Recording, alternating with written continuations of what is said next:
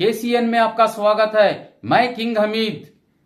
ಬಿಜೆಪಿಯವರು ಮಾಡುತ್ತಿರುವ ಪಾದಯಾತ್ರೆ ಅವರ ಪ್ರಾಯಶ್ಚಿತಕ್ಕೋಸ್ಕರ ಮಾಡುತ್ತಿರುವ ಪಾದಯಾತ್ರೆ. ಮಾಜಿ ಶಾಸಕ ಎನ್.ಕೆ. ಸೋಮಶೇಖರ್ ಮೈಸೂರಿನ ನಜರ್ಬಾದ್ನ ಖಾಸಗಿ ಹೋಟೆಲ್ನಲ್ಲಿ ಮಧ್ಯಾಹ್ನ 2 ಗಂಟೆ ಸಮಯದಲ್ಲಿ ಸುದ್ದಿಗೋಷ್ಠಿ ನಡೆಸಿ ಮಾತನಾಡಿದ ಮಾಜಿ ಶಾಸಕ ಎನ್.ಕೆ. ಸೋಮಶೇಖರ್ ಅವರು ಬಿಜೆಪಿ ಜೆಡಿಎಸ್ ಪಾದಯಾತ್ರೆ ಕುರಿತು ವಾಗ್ದಾಳಿ ನಡೆಸಿದರು. ಬಿಜೆಪಿ ಜೆಡಿಎಸ್ನವರ ಪಾದಯಾತ್ರೆ ಅವರ ತಪ್ಪಿನ ಪ್ರಾಯಶ್ಚಿತಕ್ಕಾಗಿ ಹಾಗೂ ಅವರ ಕಾಲದಲ್ಲಿ ಮಾಡಿದ ಭ್ರಷ್ಟಾಚಾರಕ್ಕಾಗಿ ಪ್ರಾಯಶ್ಚಿತವಾಗಿ ಪಾದಯಾತ್ರೆ ಮಾಡುತ್ತಿದ್ದಾರೆ. ಇವರು ಮಾಡುತ್ತಿರುವ ಪಾದಯಾತ್ರೆ ಬರೀ ಡೋಂಗಿ. ಅಲ್ಲಿ ಭಾಗವಹಿಸುವ ಜನ ಸ್ಥಳೀಯರಲ್ಲ, ಬೇರೆ ಎಲ್ಲಿಂದಲೋ ಹಣ ಕೊಟ್ಟು ಕರೆ ತಂದು ಪಾದಯಾತ್ರೆಯಲ್ಲಿ ಸೇರಿದ್ದಾರೆ. ಇದೊಂದು ವಿಜಯೇಂದ್ರ ಎಚ್ಡಿಕೆ ಅವರ ಪ್ರಾಯೋಜಕತ್ವದ ಪಾದಯಾತ್ರೆ. ಸಿದ್ದರಾಮಯ್ಯ ಅವರು ಒಬ್ಬ ಪ್ರಾಮಾಣಿಕ ಮುಖ್ಯಮಂತ್ರಿ, ಅವರು ಒಬ್ಬರು ಪಾರದರ್ಶಕ ಆಡಳಿತ ಕೊಡುತ್ತಿರುವಂತಹ ಸಿಎಂ. ವಿನಾಕಾರಣ ಸಿಎಂ ಸಿದ್ದರಾಮಯ್ಯ ಅವರ ಮೇಲೆ ಆಪಾದನೆ ಮಾಡುತ್ತಿದ್ದಾರೆ. ಪಾದಯಾತ್ರೆಯಲ್ಲಿ ಭಾಗವಹಿಸುವ ಘಟಾನುಘಟಿ ನಾಯಕರಿದ್ದರಲ್ಲ, ಅವರೆಲ್ಲ ತಮ್ಮ ಬೇನಾಮಿ ಆಸ್ತಿಗಳನ್ನ ಘೋಷಣೆ ಮಾಡಲಿ. ಸಿಎಂ ಜನಪ್ರಿಯತೆ ನೋಡಿ ಸಹಿಸಿಕೊಳ್ಳಲಾಗದೆ ಈ ರೀತಿ ಆಪಾದನೆ ಮಾಡುತ್ತಿದ್ದಾರೆ. ಸಿದ್ದರಾಮಯ್ಯ ಅವರ ಮೇಲೆ ಆರೋಪ ಮಾಡಿ ಈ ಬಿಜೆಪಿ ಜೆಡಿಎಸ್ನವರೇ ಬೆತ್ತಲಾಗುತ್ತಿದ್ದಾರೆ. ಇವರು ಎಷ್ಟು ಪ್ರಾಮಾಣಿಕರು ಎಂಬುದನ್ನು ಆತ್ಮಾವಲೋಕನ ಮಾಡಿಕೊಳ್ಳಬೇಕಿದೆ. ಇವರು ಏನೇ ಪ್ರಯತ್ನ ಮಾಡಿದರೂ ಪ್ರಕರಣದಲ್ಲಿ ಸಿಎಂ ಸಿದ್ದರಾಮಯ್ಯ ಅವರ ಪಾತ್ರ ಏನಿಲ್ಲ. ಸಿಎಂ ಸಿದ್ದರಾಮಯ್ಯ ಅವರನ್ನ ಕೆಳಗಿಳಿಸುವ ಪ್ರಯತ್ನ ಅವರ ವ್ಯರ್ಥ ಪ್ರಯತ್ನವೇ ಹೊರತು ಅದು ಯಾವುದೇ ಕಾರಣಕ್ಕೂ ಯಶಸ್ವಿಯಾಗಲ್ಲ. ಅಲ್ಲಿ ತಪ್ಪು ನಡೆದಿದ್ದರೆ ತಾನೇ ರಾಜೀನಾಮೆ ಕೊಡೋಕೆ. ನಿವೇಶನ ಹಂಚಿಕೆ ಆಗಿರುವುದು ಬಿಜೆಪಿಯವರ ಕಾಲದಲ್ಲೇ. ಸಿದ್ದರಾಮಯ್ಯ ಅವರ ಕುಟುಂಬ ನಮಗೆ ನಿವೇಶನ ಕೊಡಿ ಅಂತ ಎಲ್ಲೂ ಕೇಳಿಲ್ಲ. ಅವರು ಎಲ್ಲೂ ತಪ್ಪು ಮಾಡಿಲ್ಲ. ಸಿದ್ದರಾಮಯ್ಯ ಅವರ ಏಳಿಗೆ ಸಹಿಸಲಾಗದೆ ಈ ರೀತಿ ಮಾಡ್ತಿದ್ದಾರೆ. ಇದರಿಂದ ಸಿಎಂ ಕುರ್ಚಿಗೆ ಯಾವುದೇ ಧಕ್ಕೆ ಆಗಲ್ಲ. ಸುದ್ದಿಗೋಷ್ಠಿಯಲ್ಲಿ ಮಾಜಿ ಶಾಸಕ ಎನ್.ಕೆ. ಸೋಮಶೇಖರ್ ಮಾಧ್ಯಮಗಳಿಗೆ ಹೇಳಿಕೆ ನೀಡಿದರು.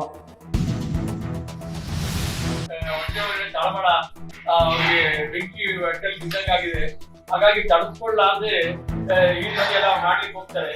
ನೋಡಿ, ಇಡೀ ರಾಜ್ಯದ ಜನತೆ ಎಲ್ಲ ಕಡೆ ಅವರ ವಾಲಂಟಿಯರ್ ಆಗಿ ಎಲ್ಲ ಕಡೆ ಮುಚ್ಚಿ ಪ್ರತಿಭಟನೆಗಳನ್ನ ಮಾಡ್ತಾ ಇರ್ತಕ್ಕಂಥದ್ದನ್ನ ನಾವು ಕಾಣ್ತಾವೆ.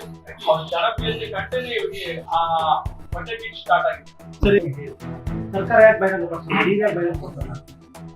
ಈಗ ಅದು ಒಂದು ತನಿಖೆ ಅದು ಆಗ್ಲಿ, ಅದು ತನಿಖೆ ಆದಾಗಿ ಎಲ್ಲರೂ ಅದರಲ್ಲಿ ಬರ್ತವೆ. ತನಿಖೆಗಳು ಮಾಡಿದಾಗ ಇವ್ರ ಬೇನಾಮಿ ಆಸ್ತಿಗಳೇನು ಅಲ್ಲಲ್ಲ ಆಗಾಗ ಬರ್ತಾ ಇದ್ದೇವೆ. ಕೆಲವೆಲ್ಲ ಈಗ ದಿನ ಪತ್ರಿಕೆಯಲ್ಲಿ ಬರ್ತಾ ಇರೋದನ್ನ ತಾವೇ ನೋಡ್ತಾ ಇದ್ದೀವಿ. ಕೆಲವೊಂದೆಲ್ಲ ಇನ್ನು ಎಲ್ಲ ಹೊರಗಡೆ ಬರ್ತಾರೆ. ಪಾದಯಾತ್ರೆ ಮುಗಿಯುವಷ್ಟರಲ್ಲಿ ಸಿಎಂ ರಾಜೀನಾಮೆ ನೀಡುತ್ತಾರೆ ಎಂಬ ಬಿಎಸ್ವೈ ಹೇಳಿಕೆಗೆ ಗರಂ ಆದ ಮುಖ್ಯಮಂತ್ರಿ ಸಿದ್ದರಾಮಯ್ಯ. ಮೈಸೂರಿನ ಶಾರದಾದೇವಿ ನಗರದ ತಮ್ಮ ನಿವಾಸದಲ್ಲಿ ಬೆಳಿಗ್ಗೆ 11 ಗಂಟೆಯಲ್ಲಿ ಸುದ್ದಿಗೋಷ್ಠಿ ನಡೆಸಿ ಮಾತನಾಡಿದ ಮುಖ್ಯಮಂತ್ರಿ ಸಿದ್ದರಾಮಯ್ಯನವರು ಯಡಿಯೂರಪ್ಪ ಕೋರ್ದಯದಿಂದ ಹೊರಗಡೆ ಇದ್ದಾರೆ. ಈ ವಯಸ್ಸಿನಲ್ಲಿ ಫೋಕ್ಸೋ ಕೇಸ್ ಹಾಕಿಸಿಕೊಂಡಿದ್ದಾರೆ. 82ನೇ ವಯಸ್ಸಿನಲ್ಲಿ ಇದೆಲ್ಲ ಬೇಕಿತ್ತ? ಅವರು ರಾಜಕೀಯ ನಿವೃತ್ತಿ ಆಗಬೇಕಿತ್ತು. ಬಿಜೆಪಿ ಜೆಡಿಎಸ್ ನನ್ನನ್ನು ಟಾರ್ಗೆಟ್ ಮಾಡ್ತಿದ್ದಾರೆ. ನನ್ನನ್ನು ಟಾರ್ಗೆಟ್ ಮಾಡಿ ಸರ್ಕಾರ ಅಸ್ಥಿರ ಮಾಡಲು ಪ್ರಯತ್ನ ಮಾಡುತ್ತಿದ್ದಾರೆ. ಇವರ ಸುಳ್ಳುಗಳಿಂದ ಸರ್ಕಾರ ಅಸ್ಥಿರಗೊಳಿಸಲು ಸಾಧ್ಯವಿಲ್ಲ. ಇದರಲ್ಲಿ ಬಿಜೆಪಿ ಜೆಡಿಎಸ್ ಯಶಸ್ವಿಯಾಗಲ್ಲ. ಜನರ ಇವರ ಸುಳ್ಳನ್ನು ನಂಬಲ್ಲ. ಈ ಹಿಂದೆ ಆಪರೇಷನ್ ಕಮಲ ಮಾಡಲು ಪ್ರಯತ್ನ ಮಾಡಿದ್ರು, ಅದು ಕೂಡ ಆಗಲಿಲ್ಲ, ವಿಫಲವಾಗಿತ್ತು. ಇದೀಗ ನನ್ನನ್ನು ಟಾರ್ಗೆಟ್ ಮಾಡ್ತಾ ಇದ್ದಾರೆ. ಮೈಸೂರಿನಲ್ಲಿ ಸಿಎಂ ಸಿದ್ದರಾಮಯ್ಯ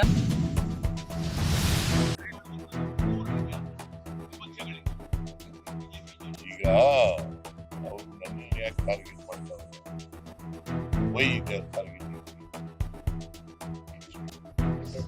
ಈ ಸರ್ಕಾರನ ದುರ್ಬಲಗೊಳಿಸಬೇಕು, ಅಸ್ಥಿರಗೊಳಿಸಬೇಕು. ಯಾಕಂತಂದ್ರೆ ಟ್ರೈನ್ ಆಪರೇಷನ್ ಕಮಲ ಮಾಡಕ್ಕೆ ಅದಾಗಲಿ. ಅದಕ್ಕೆ ಬಿಜೆಪಿಯವರು ಜೆಡಿಎಸ್ ನವರು ಸೇರ್ಕೊಂಡು ಅಸ್ಥಿರಗೊಳಿಸಲಿಕ್ಕೆ ಪ್ರಯತ್ನ ಮಾಡ್ತಾರೆ. ಯಾಕಂತಂದ್ರೆ ಅವ್ರಿಗೆ ಸಿದ್ದರಾಮಯ್ಯ ನಾನು ಬಡವ ಪರವಾಗಿ ಕೆಲಸ ಮಾಡ್ತಾ ಗ್ಯಾರಂಟಿ ಯೋಜನೆಗಳೆಲ್ಲ ಇಂಪ್ಲಿಮೆಂಟ್ ಮಾಡಿದ್ದೀವಲ್ಲ, ಅದನ್ನು ತಡ್ಕೊಳಕ್ಕಾಗಲ್ಲ ಅವ್ರು.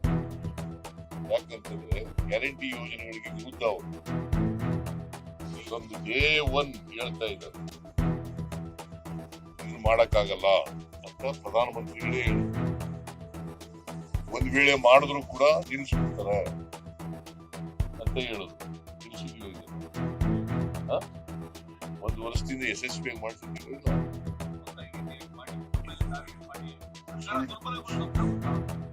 ಸುಳ್ಳು ಹೇಳ್ಕೊಂಡು ಹೋದ್ರೆ ಯಶಸ್ಸು ಸಿಗುತ್ತಾ? ಸುಳ್ಳು ಹೇಳೋರಿಗೆ ಯಶಸ್ಸು ಸಿಗುತ್ತಾ? ಸತ್ಯಕ್ಕೆ ಯಾವಾಗಲೂ ಜಯ.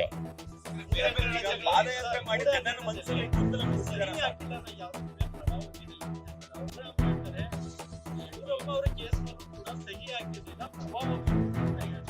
ಏನ್ ಪ್ರಭಾವ? ನೇರವಾಗಿ involve ಆಗಿಲ್ಲ ಅಂದ್ರೆ ಹೇಳ್ರಿ, ಯಡಿಯೂರಪ್ಪ ಕೇಸೇ ಬೇರೆ. ನಾನೇ ಆ ಪ್ರಸಂಗದಿಂದ ಪ್ರಸ್ತಾಪ ಮಾಡಿದ್ದೆ. ಯಡಿಯೂರಪ್ಪನವ್ರ ಕೇಸ್ಗಳೆಲ್ಲ ಅವತ್ತು ಹೇಳ್ತೀನಿ ನಾನು. ಅವ್ರು ಯಾವ್ಯಾವ ಕೇಸ್ ಸಿಕ್ಕಾಕೊಂಡಿದ್ದಾರೆ, 18-20 ಕೇಸ್ಗಳಲ್ಲಿ ಸಿಕ್ಕಾಕೊಂಡಿದ್ದಾರೆ. ಮೈಸೂರು ಸಮಾವೇಶದಲ್ಲಿ ಹೇಳ್ತೀನಿ ನಾನು ಯಡಿಯೂರಪ್ಪ ಕೇಸ್ಗಳು. ಈಗ ಇವತ್ತೇ ಪ್ರೆಸ್ ಕರೆದಿದ್ದೆ ನಾನು ಹೇಳಕ್ಕೆ. ಹೆಂಗೂ ನಾಳೆ ಹೇಳ್ಬೇಕಲ್ಲ, ಇಲ್ಲದ್ರೆ ಪ್ರೆಸ್ ಹೇಳ್ತೀನಿ ಎಲ್ಲ. ಮುಖ್ಯಮಂತ್ರಿ ಸಿದ್ದರಾಮಯ್ಯ ಭ್ರಷ್ಟಾಚಾರದ ಪೋಷಕರು. ಎಂಎಲ್ಸಿ ಸಿಟಿ ರವಿ ಮೈಸೂರಿನ ದೇವಪಾರ್ಥಿವ ರಸ್ತೆಯಲ್ಲಿರುವ ಬಿಜೆಪಿ ಕಚೇರಿಯಲ್ಲಿ ಬುಧವಾರ ಮಧ್ಯಾಹ್ನ 2:30 ಸಮಯದಲ್ಲಿ ಸುದ್ದಿಗೋಷ್ಠಿ ನಡೆಸಿ ಮಾತನಾಡಿದ ಬಿಜೆಪಿಯ ಎಂಎಲ್ಸಿ ಸಿಟಿ ರವಿ ಅವರು, ಸಾರ್ವಜನಿಕ ಬದುಕು ಸ್ವಚ್ಛವಾಗಿದ್ದರೆ ಮಾತ್ರ ಕಳಂಕವಿಲ್ಲದ ಆಡಳಿತ ಅಂತ ಕರೆಯಬಹುದು. ನಿಮ್ಮ ಸಾರ್ವಜನಿಕ ಬದುಕಿನಲ್ಲಿ ಸ್ವಚ್ಛತೆ ಏನಿದೆ? ನೀವು ಸಿಎಂ ಆಗಿದ್ದಾಗ ಲೋಕಾಯುಕ್ತ ದುರ್ಬಲಗೊಳಿಸಿದ್ರಿ, ಎಸಿಬಿ ಅಂತ ಮಾಡಿಕೊಂಡ್ರಿ, ರೀಡೋ ಪಿತಾಮಹ ಯಾರು, ಅರ್ಕಾವತಿ ಡಿನೋಟಿಫಿಕೇಶನ್ ಮರೆತ್ರ? ಇದೆಲ್ಲ ಆಡಳಿತದ ಕಳಂಕ ಅಲ್ವಾ? ನೀವೇ ಕೆಂಪಣ್ಣ ಆಯೋಗ ರಚನೆ ಮಾಡಿದ್ರಿ, ಅವರು ಈಗ ವರದಿ ಕೊಟ್ಟಿದ್ದಾರೆ, ವರದಿಯಲ್ಲಿ ಅಕ್ರಮ ಆಗಿರುವುದು ಗೊತ್ತಾಗಿದೆ. ನೀವೇ ರಚನೆ ಮಾಡಿದ ಆಯೋಗದ ಆ್ಯಕ್ಷನ್ ಯಾಕೆ ಮಾಡಿಲ್ಲ? ಯಾರ್ಯಾರು ಅರ್ಕಾವತಿ ಅಕ್ರಮದಲ್ಲಿ ಭಾಗಿಯಾಗಿದ್ದಾರೆ ಅಂತ ಕೆಂಪಣ್ಣ ಹೇಳಿದರು. ಅವರನ್ನೆಲ್ಲ ಆಯಕಟ್ಟಿನ ಜಾಗಕ್ಕೆ ನಿವೃತ್ತಿ ನಂತರವೂ ಜಾಗ ಕೊಟ್ಟಿದ್ದೀರಾ. ನೀವು ಮಿಸ್ಟರ್ ಕ್ಲೀನ್ ಅಲ್ಲ ಎಂದು ಸಿದ್ದರಾಮಯ್ಯ ವಿರುದ್ಧ ಎಂಎಲ್ಸಿ ಸಿಟಿ ರವಿಯವರು ವಾಗ್ದಾಳಿ ನಡೆಸಿದರು. 99ರಿಂದ ಇಂಡೀಕರಣ ಆಗುತ್ತೆ ಮೂಡ ಹೆಸರಿನಲ್ಲಿ. ಈ ಸರ್ವೆ ನಂಬರು 99ರಲ್ಲಿ ಇಂಡೀಕರಣ ಆಗಿದೆ. 2004ರಲ್ಲಿ ಮಾತ್ರ ಮೂಡಾದಿಂದ ಕೈ ಬಿಟ್ಟು ಜೆ ದೇವರಾಜ್ ಹೆಸರಿಗೆ ವರ್ಗಾವಣೆ ಆಗುತ್ತೆ. 4-5ರಲ್ಲಿ 2 ಪಾಣಿಯಲ್ಲಿ ಮಾತ್ರ ಮೂಡ ಹೆಸರಿಲ್ಲ. ಮತ್ತು 6ರಿಂದ ಕಂಟಿನ್ಯೂ ಮತ್ತು ಮೂಡ ಹೆಸರೇ ಇಲ್ಲ. ನನ್ನ ಆರೋಪ 2004ರಲ್ಲಿ ಬಾವಮೈದ ಜಾಗವನ್ನ 5,92,000 ರೂಪಾಯಿ ಖರೀದಿ ಮಾಡ್ತಾರೆ. ಮೂಡಾದ ಪರಿಹಾರ ಅದಕ್ಕಿಂತ ಜಾಸ್ತಿ ಸಿಗ್ತಿತ್ತು.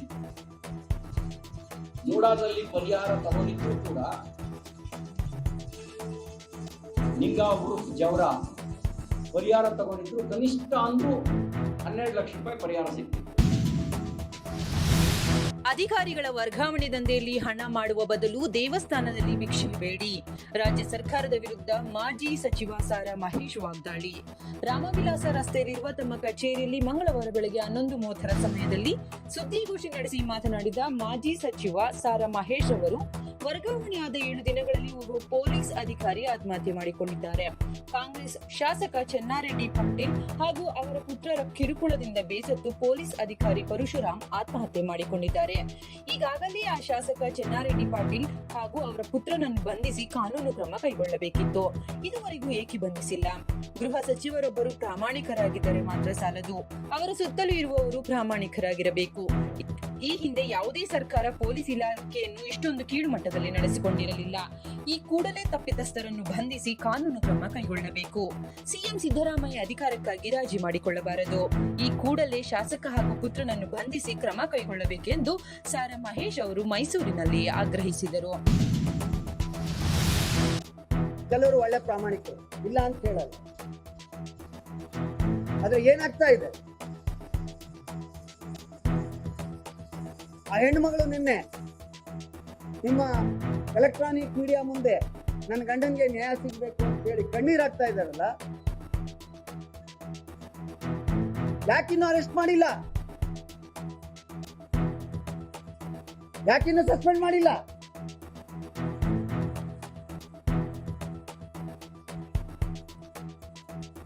ನಿಮ್ಮಿಬ್ರ ಮೇಲೂ ಕೂಡ ಗೌರವ ಇದೆ. ಮುಖ್ಯಮಂತ್ರಿಗಳೇ, ಗೃಹ ಮಂತ್ರಿಗಳೇ, ಜನ ಬೀದಿಗಿಳಿಯಕ್ಕೆ ಮುಂಚೆ ಯಾವ ಪರಿಶಿಷ್ಟ ಪಂಗಡ, ಪರಿಶಿಷ್ಟ ಜನಾಂಗದ ಹೆಸರಿನಲ್ಲಿ ಇವತ್ತು ಅಧಿಕಾರಕ್ಕೆ ಬಂದ್ರೆ ನ್ಯಾಯ ಕೊಡೋ ಮೂಲಕ, ಡಾಕ್ಟರ್ BR ಅಂಬೇಡ್ಕರ್ ಅವರ ಕಾನೂನನ್ನ ಗೌರವಿಸುವ ಮೂಲಕ ಕೂಡಲೇ ಅವ್ರನ್ನ ಬಂಧಿಸುವಂತದ್ದನ್ನ ಮಾಡಿ.